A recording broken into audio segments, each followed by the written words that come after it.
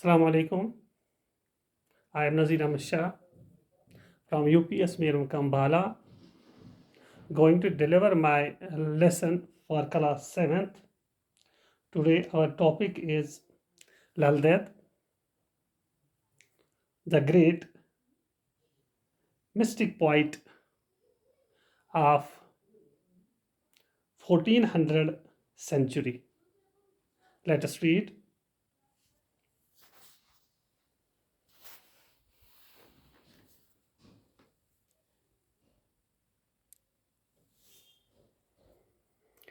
Lal Ded, 1320 to 1392, a 14th century poet, was born in Padmanpur near Pampur, Pulwama. Dear students,